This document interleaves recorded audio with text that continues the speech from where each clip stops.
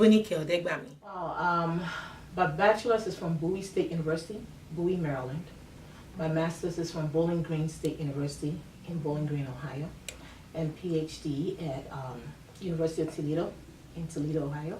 And I'm currently in school again for my MBA from Northwood University, and that's in Midland, Michigan.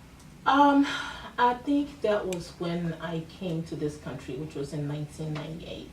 I'm sorry, 1988, right after high school. I didn't finish Form 5 in high school in Nigeria. I left at Form 5, so I didn't finish. I didn't stay for WIAC. I was kind of scared that I won't pass WIAC. And I was terrified that I won't pass the JAM exam. So the last thing I wanted was an opportunity, a situation where I would not find a university to get into. Education system in Nigeria was very intense, at least during my time, and I just didn't have, maybe I didn't believe in myself enough. So when I came to the US, I saw the opportunities that await. At 16, to get into university in this country wasn't as hard as it would have been. That was like a big no-no. My father said, I will be going to either medical school or law school. I was the campus president at the Eastern campus from 2007 to 2009. Okay. So during my tenure here, I have served as a president. I've been here since 2003. So I finished in Ohio. I was in Atlanta for about 3 years. I got a phone call out of the blue. I wasn't working. I got a phone call from a colleague that graduated with me, who asked if I wanted to move down to Detroit, Michigan. There's an opening for a dean. And at the time, I just thought, I'm not a dean, because the deans that I know, they're like in their 50s and 60s, and that's just not me. At the time, I was in my 30s. So I wasn't sure, and I said, oh yeah, why not? What do they do? And he talked to me a little bit over the phone. I sent in my application on August 28th. I started working at Wayne County as a dean on September 8th. This was in 2003.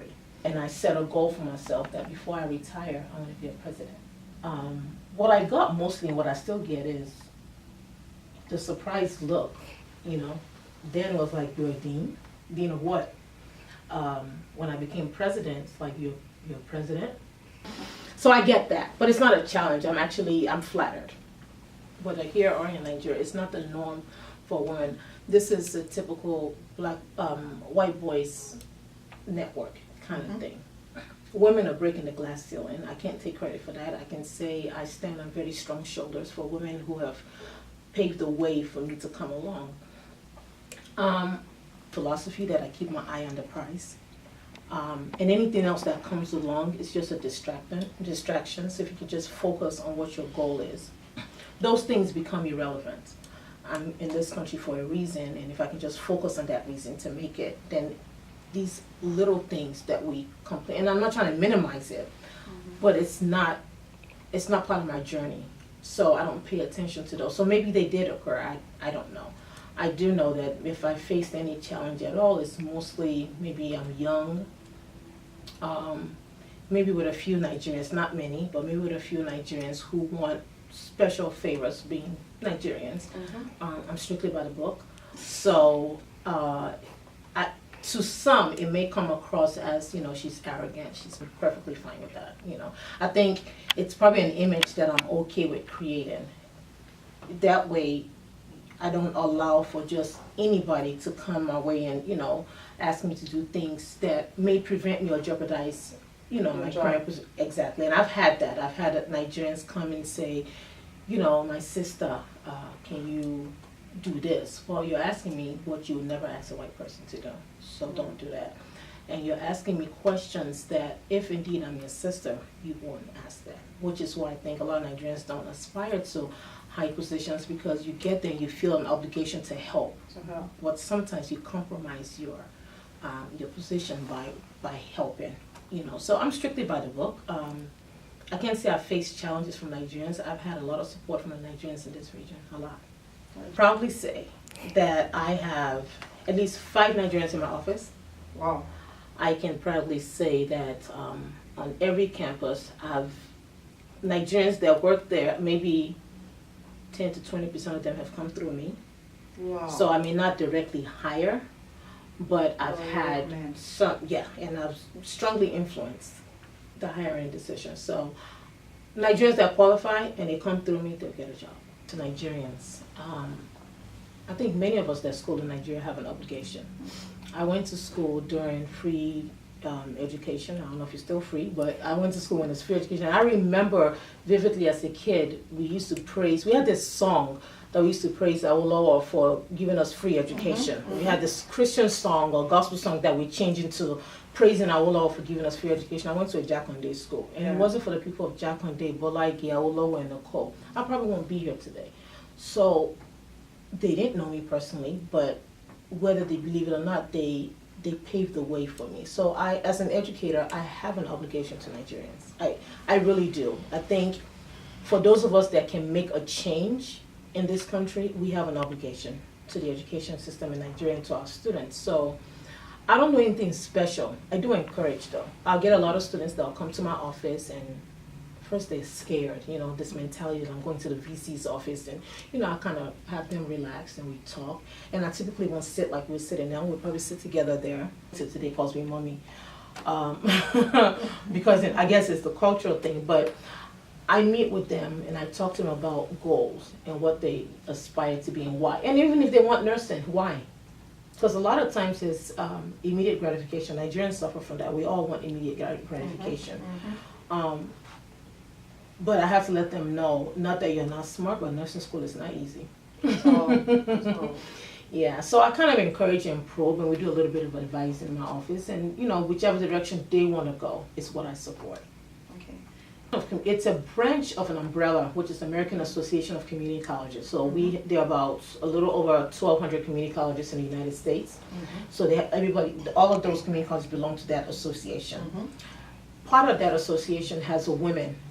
And this country has suffered a lot from women in higher education aspiring, and climbing the ladder and, breaking the glass ceiling kind of issues, which I can gladly say we're moving away from them. We've broken glass ceilings, we're getting there.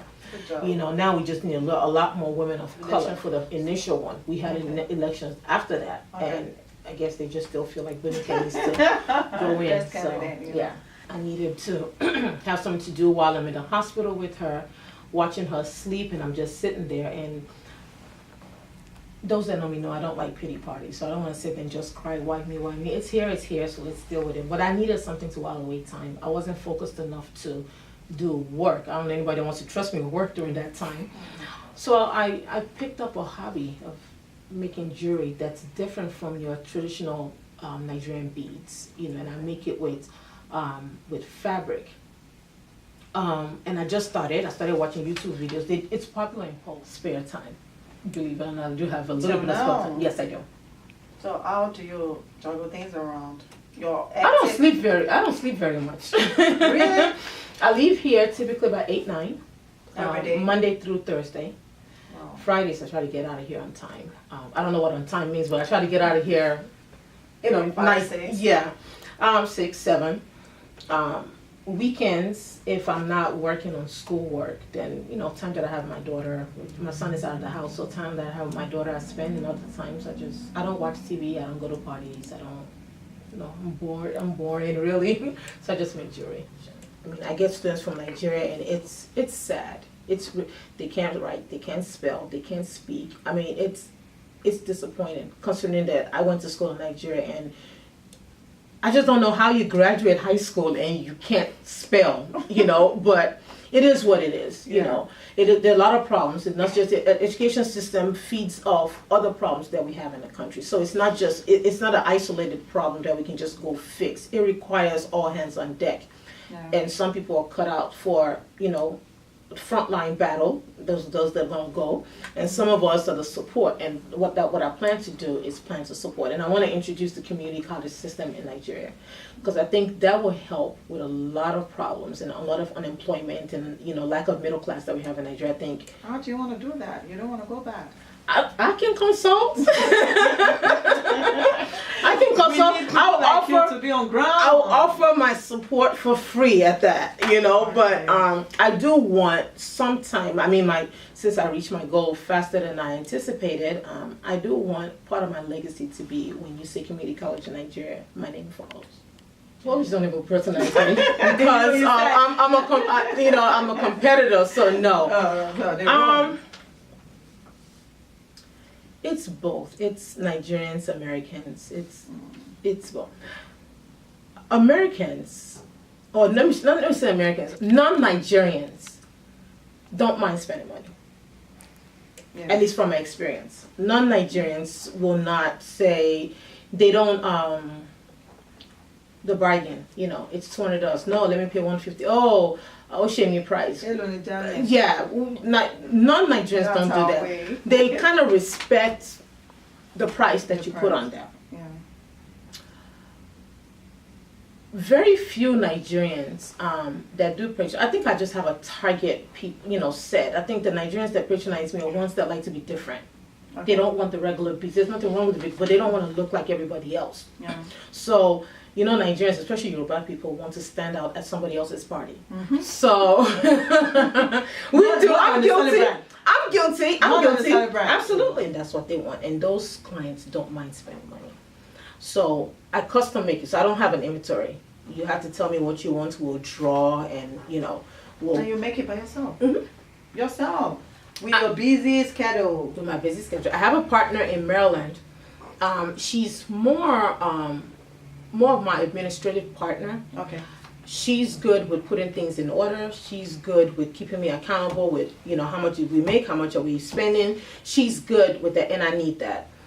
She makes jewelry not as much. I just have a passion for it. She makes some, but not as much. Most of the orders I get, people come to me. I'm sure and she lives in Maryland, by the way. Okay. So I think once we start marketing in Maryland a lot, she'll be able to be making it. But the ones that we have now, I'm marketing out of Detroit, Michigan. So okay. I get the orders here.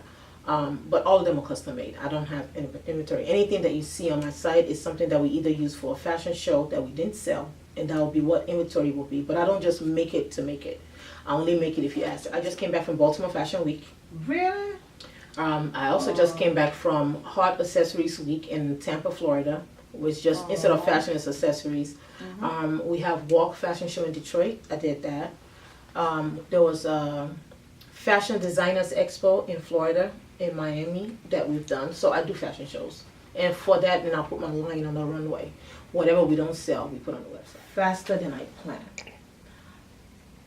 That's a good thing, but it's also a bad thing because now I feel like I'm a teenager all over again, and I'm trying to decide what do I want to be when I grow up.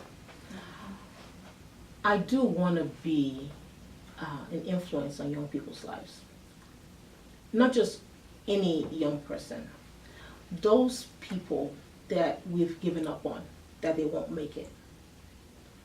Those people that we don't think will make it. And if you went to school in Nigeria, those people that we call Olodo.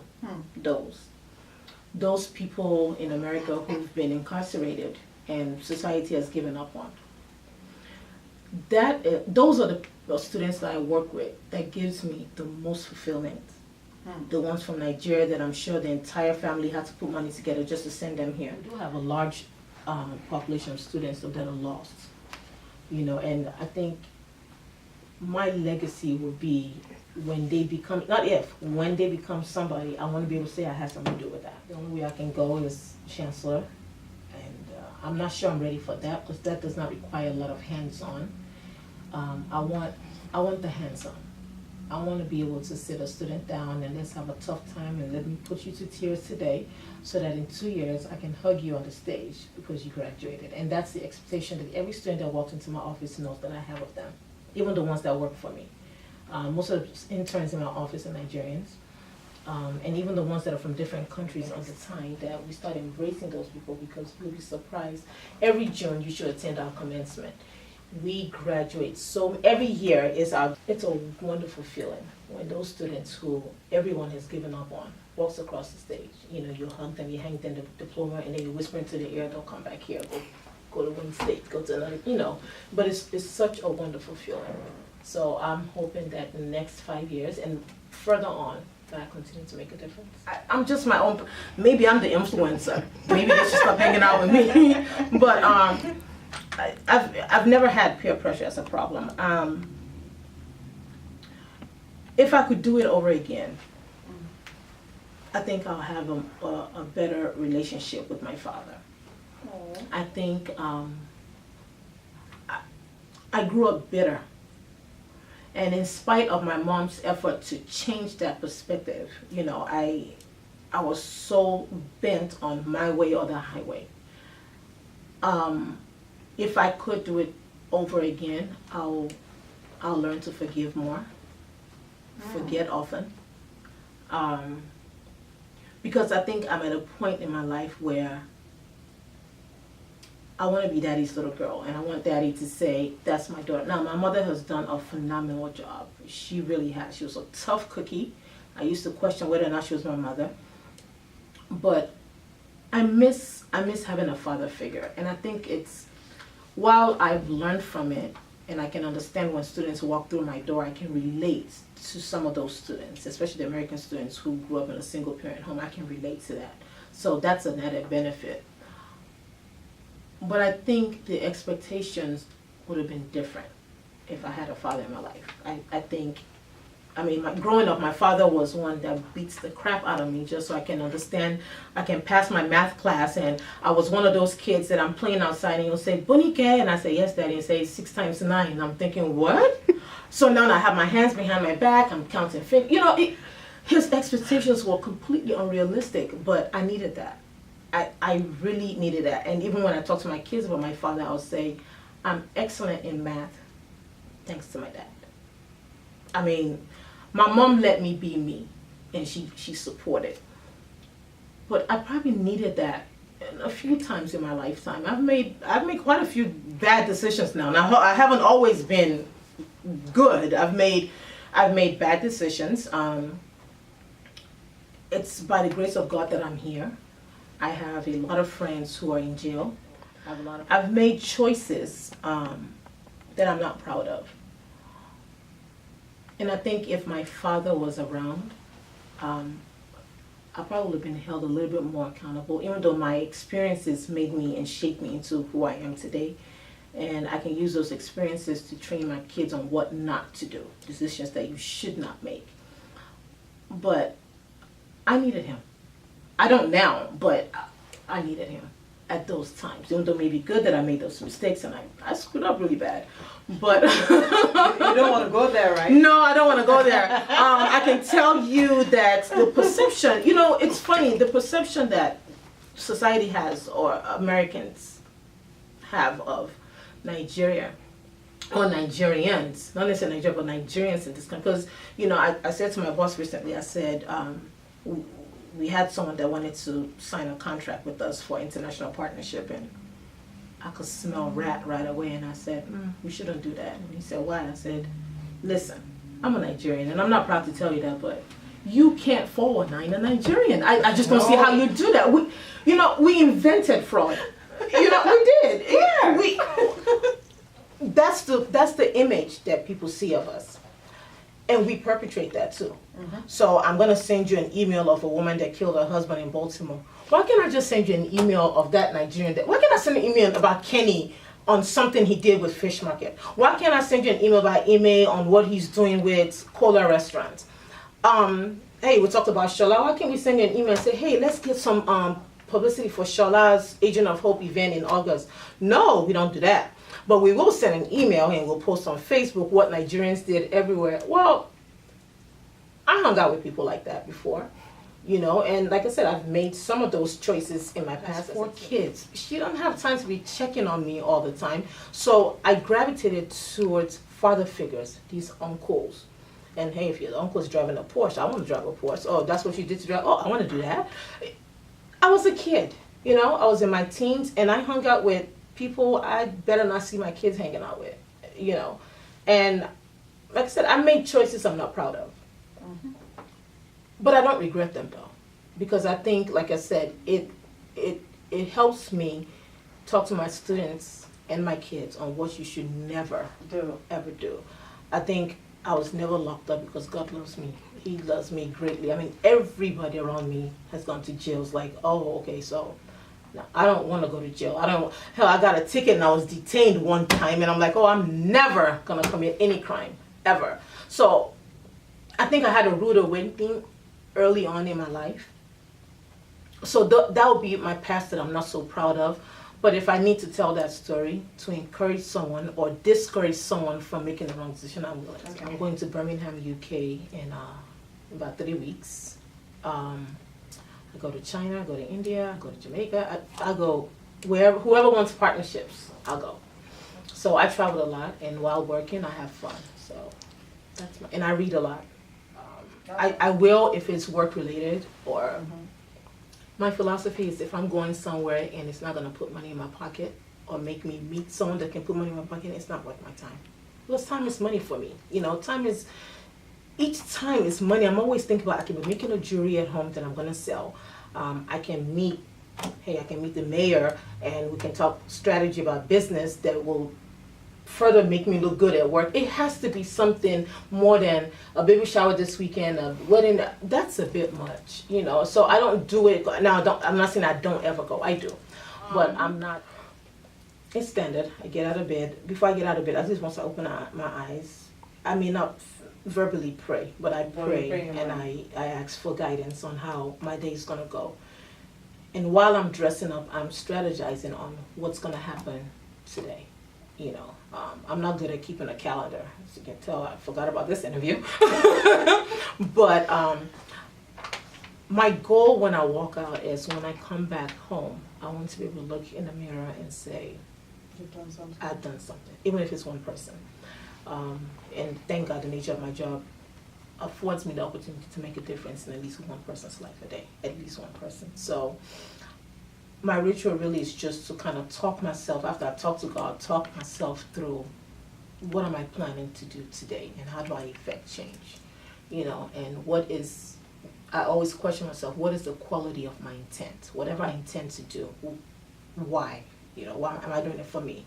Am I doing it so I can get more recognition? Am I doing it so I can help somebody? Am I challenging someone? And I challenge my staff all the time, so they don't know what I'm coming into work for today, but they know it's going to be a challenge.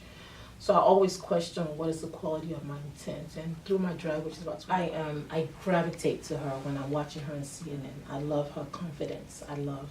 She interviews great. She argues with class.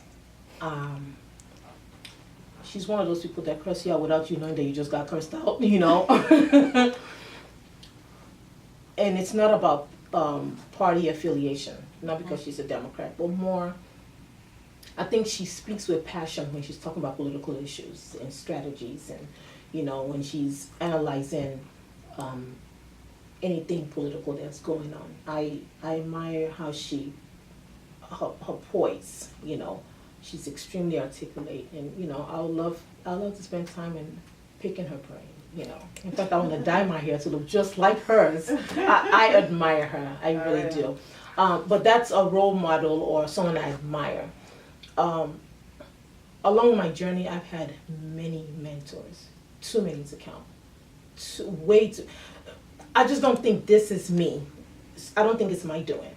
I think I had people that believed in me I still talk to my high school English teacher, and I remember how he helped me and how he believed in me and how he encouraged my writing. And each time I talk to him, he's always telling me, Bonika, I'm so proud of you. I knew you could do it. Well, I'm glad you knew because I didn't know. But hey, you know, I'm in touch with him, and he's had a great influence on my life. So anything I do, I always think back to how Mr. will he feel? Will he be proud? Will he be disappointed? My current boss, Dr. Ivory, I've known him for 12 years. He's like a father to me. I mean, sometimes his expectations are completely unrealistic, but he challenges me. Again, he's another person I think of before I do something, I'm thinking, gosh, what if Dr. Ivory finds out? I'm not worried about being fired, by the way. I'll get a job. I'm not worried about being fired. You know, I'm good. I'm good at what I do, so I'm not worried about being fired. But I do care about the mentors that I've had and their expectations of me, the expectations of my behavior, the expectations of how I conduct myself. So I look up to people like Dr. Ivy. I have there was a consultant in my office earlier, he left. He was my boss when I was a vice president. But he was more than a boss, he was my mentor, you know. You have me come to work on Saturdays and Sundays, and I thought, God, you must be a slave owner, you know. You know, when you're trying to effect change on people, we don't see it right away. It's afterwards, you know. My ability to network, I can credit to him. We'll go to a Chamber of Commerce meeting, and we'll sit, and he'll say, you can't sit beside me, you have to go sit at another table. Well, you may not know, but I'm not that friendly. So, Oh my God. I'm extremely nice. I'm not that friendly though. It takes me a very long time to break the ice. It takes a long time. Okay, you're terrible. So we're not in public where you just walk up to me and start talking to me. Not that I will be rude. I just don't warm up very well. Not Okay. quickly. It takes a minute. Once we get to know each other, I'm extremely nice. But I'm not that friendly at all. So I'm not that girl that's gonna go out and start a conversation and, you know, talk about what do you do. In my head, I'm thinking, I don't care what you do, you know. And Dr. Miller was more, and I'm very blunt, by the way. You got, and tell me what they do and why you got their business cards. So now you're putting me in a situation that requires that I talk to people. Yeah. Because if I don't talk, you're not going to talk to me. I always have a look they don't talk to me anyway, so you're not going to talk to me. So now I have to talk to you. At the time, I thought he was being difficult, really, but I'm glad he did that. And I use that same technique on my staff, the exact same technique. We'll go out and they'll hang with me. I'm like, no, you need to go sit at that table. Or I send them to a conference and I said, well, part of what I need back in addition to your report is 3 business cards. And they give me the same look I'm sure I gave Dr. Miller. So I credit my networking skills to Dr. Miller. I'm getting better. I'm not as stuffy, but but it does take, I mean, personality-wise, it just takes me a minute. My mother, and I know everybody wants to count their mother, but her expectations was, she said she doesn't have money, she doesn't have gold, she has no land in Nigeria, no house, nothing for me to inherit, but she will support my education, and that's all she can give me. So, and then she told me, don't do it for me. She said, so if you like, you do it, you like, you don't. Her support and expectation made me rise to the occasion. See, I'm a believer in expectations. If you set a certain expectations for people, they'll meet it. Yeah. If you set it low, they'll meet it. If you set it very high, they'll meet it. I mean, I set expectations for my kids. I have a son that graduated high school and college at the same time. And people say, how do you do that? It's the expectations. You can play football, you can work at McDonald's, you can do whatever you want to do, but my expectation is that you don't bring anything less than a B into this house. If you do, you will pay for it. You pay for a C, and I'll whoop you for a D. And I whoop my kids, so I'll whoop you for a D. Both of them have not disappointed me. Even my 15-year-old is in college now, and she's in high school, and it's just about expectations, you know. So you'll see her on the weekend, and she's studying. It's because you have to have people in your life who expect the best. I don't make excuses, oh, you're from Nigeria and you know, you're having a hard time. And those are your stories. But when you come to Wayne County Community College District, my expectation is you're going to pass with 3.5 or better. We have that conversation. Now, do I do that to other students? Probably not. Because maybe legally I can't do that. But with Nigerians, I'll tell them, I'll close the door and smack you. I tell all my Nigerian students that. You can't tell me, oh, excuse me, the class is too hard, I want to drop it. Close the door, let's have that conversation one more time.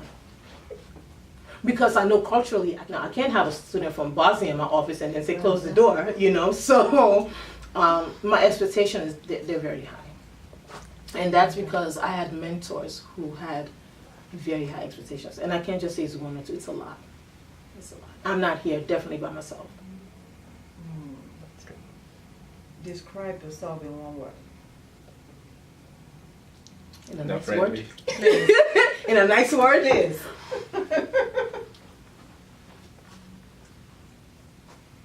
Maybe 2 then, if that's difficult. I'm very assertive.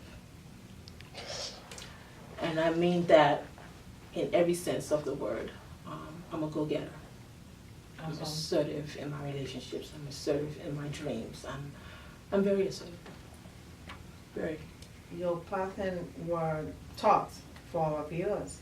People that are watching you now, you've been talking to them, telling them about how to go about everything, your own journey, how you attain this position and all that. What are your parting thoughts? What do you want to tell them? Your advice? Is there anything you want them to know again? Is there anything you want to say to convince them that you can be whoever you want to be in life? I can say I am living proof that you just have to set goals. You have to set goals. They don't have to be realistic, but they have to be goals though. The disaster is not in not meeting your goals. It's when you don't have any. Yeah. If you have them and you're driven, you have a desire. You may not have to be driven.